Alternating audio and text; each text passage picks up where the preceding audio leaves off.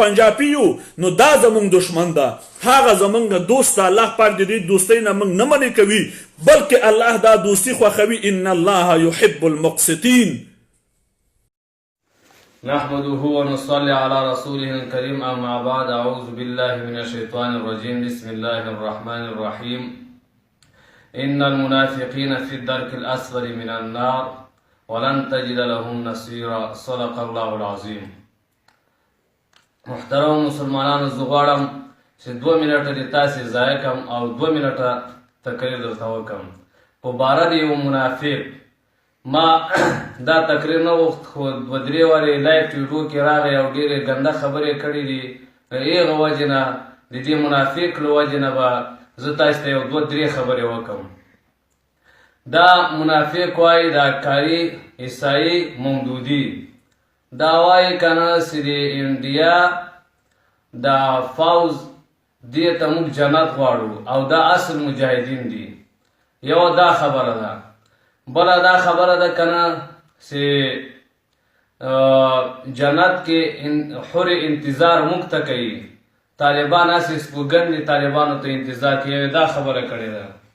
د دې خبرې جواب زور کوم. او درېیمه خبره دا ده چې کندهار کې دا اوس خوړ راغلی، عوامو ته تکلیف رسېدلی. اول د موږ زړه پې دردېدلی د ټولو مجاهدینو د طالبانو. او پاته سو دا خبره طالبان ورپرېږدي نه چې مرسته ورسره وکړي. ملي اردو والا یې مخکې نه ورپرېږدي چې مرسته ورسره وکړي. نو هغه وایي چې دا د طالبانو له لاسه. دا د 3 خبرو ده کړي دي او زه د دې 3 وړو جوابونه تاسو ته وړاندې کوم. نو 2 منټه وخت راکړئ محترمو. یا خو قرآن مجید کې الله تعالی مجاهدین هغه چاته ویلي چې کلمه نصیب سوي او ایمان په الله راوړی، هغه ته د جهاد امر ده. کفارو ته خو د جهاد امر نه ده، که نو کفار خو مرداریږي. دا کاري سامامد د انډیا کسانو ته مجاهدین وایي او جنت ورته غواړي.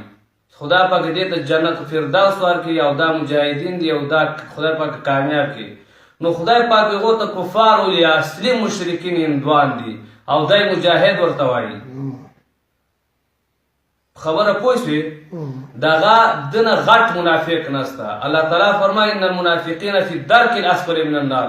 منافق به کته طبقه د اور کې وي. هغه به دا کلیسا محمد دي. دا کلیسا محمد ته خدای پاک وایي ای منافق ان المنافقین فی الدرک الاسفل. منافقانو ټول په اسفل السافلین کې هغه لاندې طبقه د اور کې وي. هغه به دغه یو بدایي کې. بله خبره دا ده دا تاسې د 18 کاله د افغانستان د تاسې دوستان راغلي، د هغه ولې تاسې د پلونه نه جوړوي، د تاسې د اوبو سیسټم نه جوړوي، بیالې نه درته جوړوي چې ته اوس په طالبان کې ملامته یې. دا طالبان پلو کې بمونه الوزوي او دا ډیمونه دوی الوزوي. دغه هغه دې درته جوړ کړي که نه. 18 کاله کې تا د کوم خدمت کړی؟ ته خو هغه د موږ دوستان دي، موږ ته وطن جوړوي. د کوم ځای درته جوړ کړی؟ دا 2 خبرې د غږ جواب.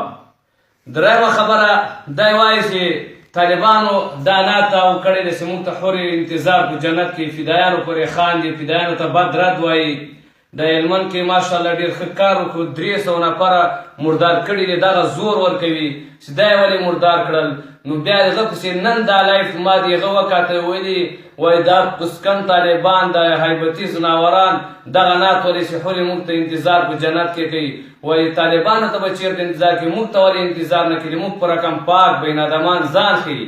دا چې پاک وایي دی به په پاکه خاوره د افغانستان کې اوسېدلی. دی به د کفارو په ملک کې نه اوسېده، د کفارو په ملک کې اوسي، د سپیانو خدمت کوي. هغه ته به په جنت کې حر انتظار کوي. پتلونې اغوستې، نیټنایې کاته اچولي، ګیرې سونټۍ کړي، بلارې کاري در په سر کې. دا کاریسا محمدي نه ده، قاري عیسائی ممدودي ده.